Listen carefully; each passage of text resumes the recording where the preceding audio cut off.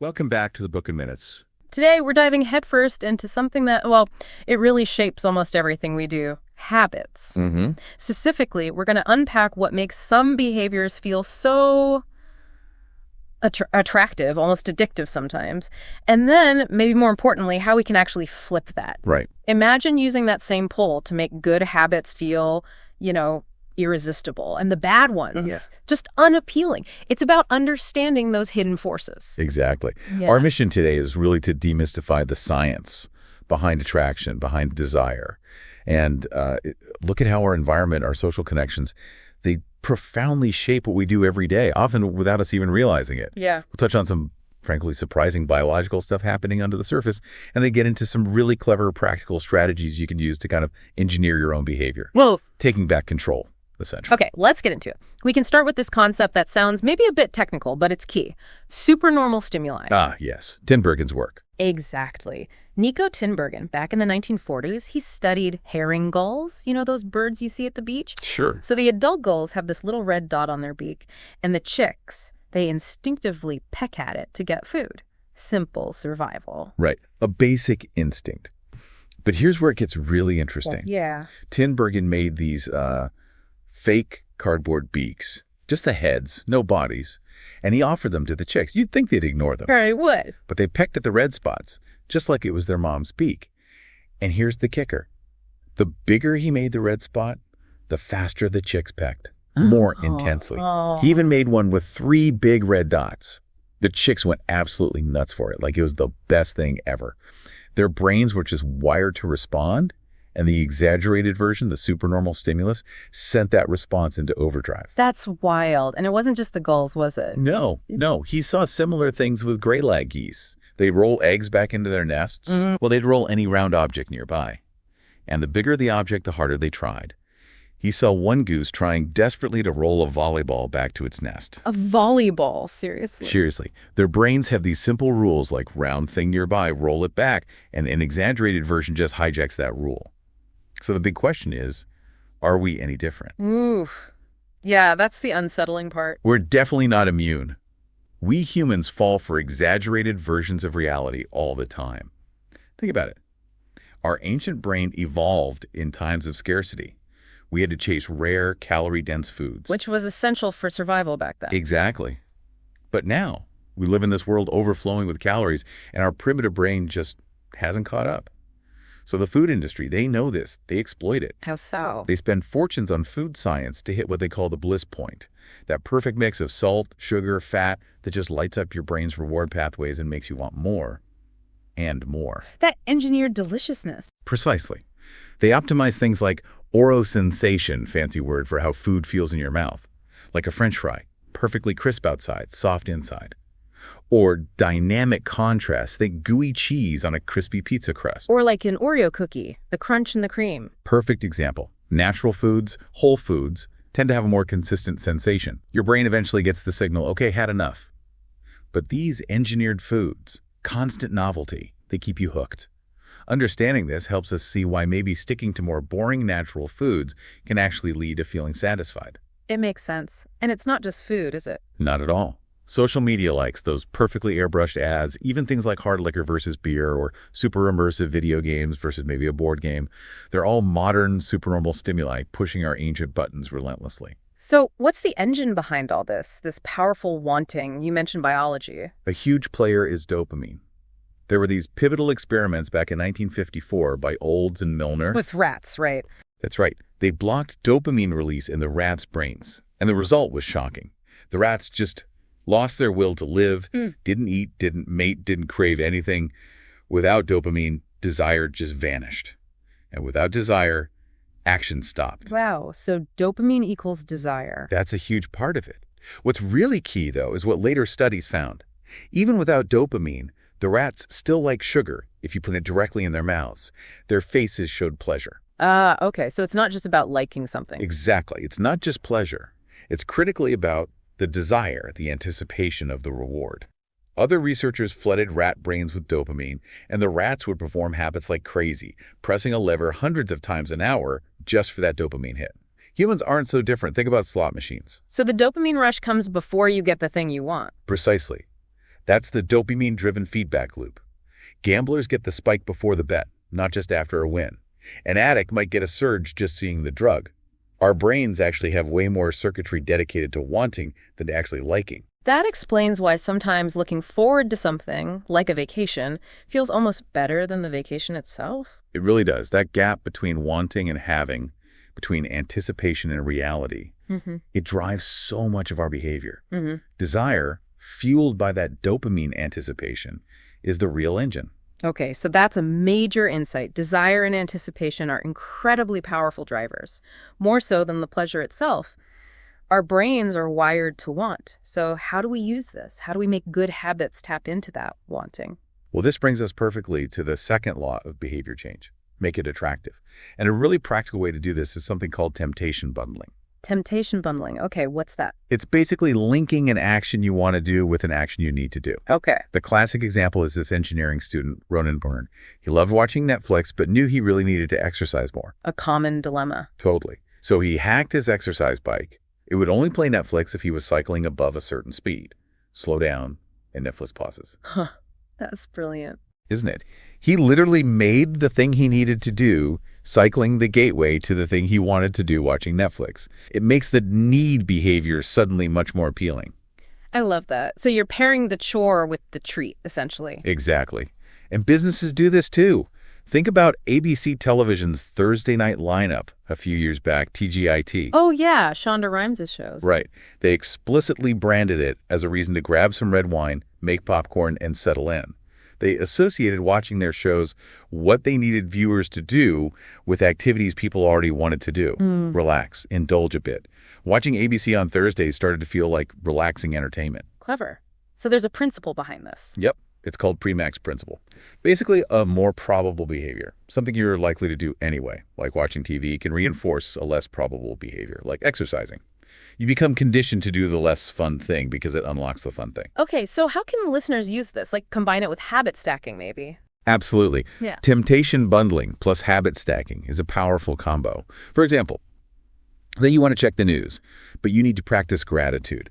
Your stacked habit could be, after my morning coffee existing habit, I will say one thing I'm grateful for, need, then I get to read the news, want. Ah, okay. The reward follows the needed habit. Exactly. Or maybe you want to watch sports highlights, but you need to make sales calls. After my lunch break existing habit, I will call 3 clients need, then I get to check ESPN want. Gotcha. One more. You want to check Facebook, but need to move more. After I pull out my phone existing habit, I will do 10 burpees need, then I get to open Facebook want. Okay, those burpees might start looking pretty good if they unlock Facebook. That's the goal. You start associating the need habit with the anticipation of the want habit. It makes the chore feel, well, more attractive. Right. Now, there's another huge influence on our habits, isn't there? Our social environment. Oh, absolutely massive. Think about that incredible story of the Polgar sisters. The chess prodigies. Exactly. Their father, Laszlo, had this theory. Genius isn't born, it's made. Through hard work and, crucially, by making the habits involved attractive. He decided to prove it by raising his 3 daughters, Susan, Sophia, and Judith, to become world-class chess players. And he really went all in, didn't he? Completely. He homeschooled them, filled the house with chess books, they played constantly, kept detailed records. Their entire environment revolved around chess. And the results were staggering. Unbelievable. Judith became the youngest grandmaster ever at the time, beating Bobby Fischer's record. But what's maybe even more telling is that the sisters enjoyed it. Sophia was apparently found playing chess in the bathroom late at night because, as she told her dad, the pieces wouldn't leave her alone. It wasn't drudgery. It was deeply attractive to them because of the environment. That really drives home the power of culture. And we humans, we're fundamentally social creatures, right? Herd animals. We absolutely are. We have this deep evolutionary drive to belong, to fit in, to earn the respect of our group. For millennia, being kicked out of the tribe was basically a death sentence. So it's no surprise that habits become attractive when they help us connect and fit in. So we follow these sort of invisible rules, social norms. Exactly. They guide so much of our behavior, often without us even thinking about it. If your family values academic achievement, studying becomes attractive. If your friends are all into fitness, going to the gym seems normal. Desirable even. We tend to imitate 3 key groups. Okay, what's the first one? The first is the close, our friends and family. Proximity is incredibly powerful. We just unconsciously soak up habits from those around us, how they talk, how they argue, even their posture. Little things you don't even notice you're picking up. Right. Studies show things like obesity can spread through social networks. If your close friend becomes obese, your own risk goes up significantly. But it works for good habits too. If one partner starts eating healthier, the other often does too. So the takeaway there is, surround yourself with people who have the habits you want. Pretty much. One of the most effective things you can do is join a culture where your desired behavior is just the normal thing to do. Go where fitness is the norm if you want to get fit. Find music lovers if you want to practice music. Makes sense. And it's even better if you can find a group where you share something else in common too. Like Nerd Fitness, they help self-proclaimed nerds get fit. If you love video games, and so does your workout group, it feels more like people like me do this. It embeds the identity and makes the habit stick. Belonging transforms it from a solo struggle to a shared journey. Okay, so the clothes are powerful. What's the second group? The second group we imitate is the many. This is basically conformity, the pressure of the crowd. Ah, like those famous Ash experiments. Exactly. Solomon Asch back in the 50s, he showed people lines and asked them to pick which ones matched in length. Super simple task. But there was a catch. A big catch. Most people in the room were actors, deliberately choosing the wrong line. And what happened? Nearly 75% of the real subjects went along with the clearly wrong answer at least once, just to fit in with the group. Wow. Even when they knew it was wrong. Even then. When we're unsure, we look to the group. We check Amazon reviews, follow fashion trends. We assume if lots of people are doing it, it must be the right thing. Evidence in numbers. The wisdom of the crowd, or sometimes the madness of the crowd. Precisely. The downside is that the tribe's normal behavior can easily overpower our own judgment. There's even evidence chimpanzees will adopt a less efficient way of cracking nuts if that's how their new group does it, just to belong. We often prefer being wrong with everyone else to being right all alone. Okay, so the close and the many. What's the third group we imitate? The third is the powerful. We are fundamentally driven to seek status, prestige, respect. Keeping up with the Joneses. Or maybe outdoing them. Kind of, yeah. We're drawn to behaviors that earn admiration. Think about impressive feats at the gym, playing a complex musical piece, maybe even having kids who achieve things. Once we feel like we fit in, we often start looking for ways to stand out to gain status within the group. And we copy people we perceive as successful. Definitely. We imitate the strategies of successful businesses, try recipes from famous chefs, adopt the speaking style of a respected leader. And it works in reverse, too. We avoid behaviors that might lower our status, like frantically cleaning before certain people visit because we don't want their disapproval. This desire for approval makes certain actions really attractive and others something to avoid. Okay, that covers making habits attractive through internal drives and social forces. But what about breaking bad habits? How to make them unattractive? This is the flip side, right? The inversion of the second law. Exactly. Make it unattractive. And a great example here is Alan Carr's method for quitting smoking the easy way. I've heard of that. How does it work? He systematically reframes every single cue associated with smoking. He basically changes the meaning of smoking in the person's mind. He'll say things like, you think you enjoy it, but it actually does nothing for you. Or, you think it relieves stress. No, smoking creates the stress by destroying your nerves. So he's dismantling the perceived benefits. Totally. By the time someone finishes this program, the idea isn't just that smoking is bad for them, it's that it's utterly pointless, even ridiculous. If you genuinely believe there's no upside, why would you do it?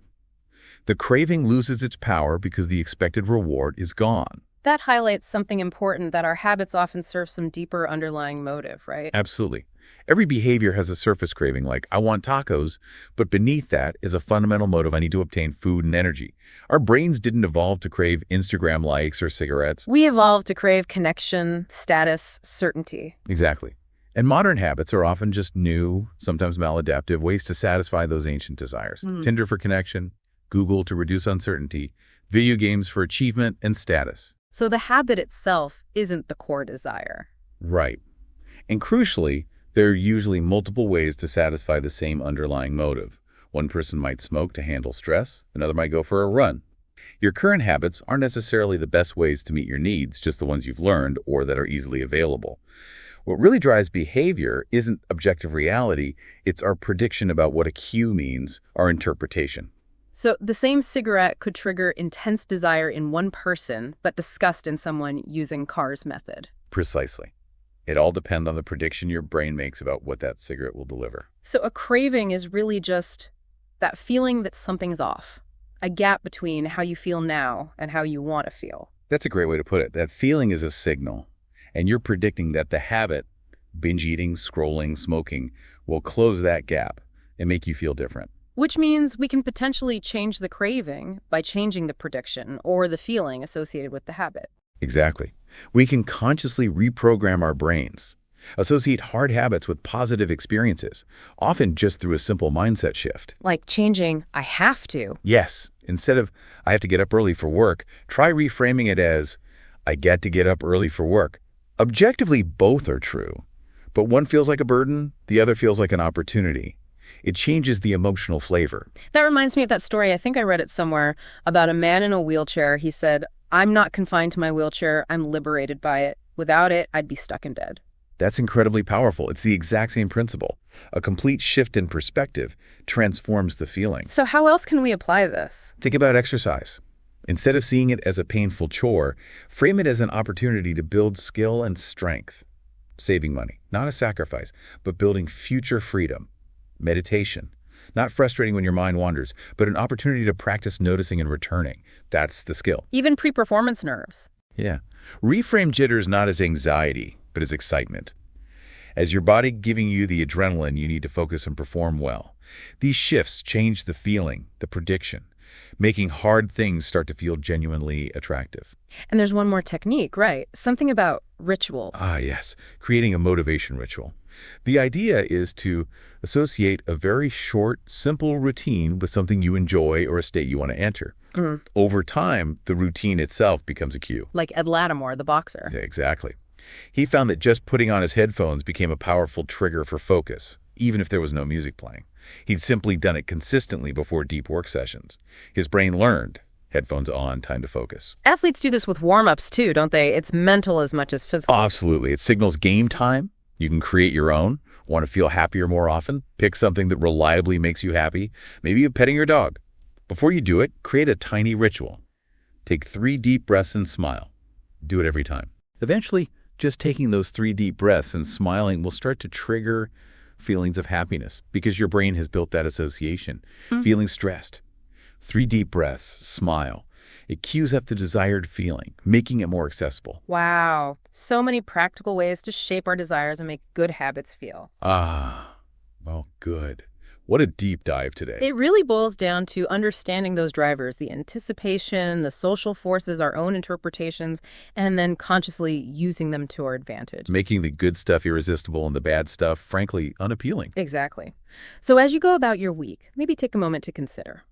Which of your habits are serving those ancient desires in ways that maybe aren't ideal for your long-term goals? And ask yourself, what small shift, maybe in perspective, like we just discussed, or maybe in who you spend time with, what small shift could make a really meaningful difference for you?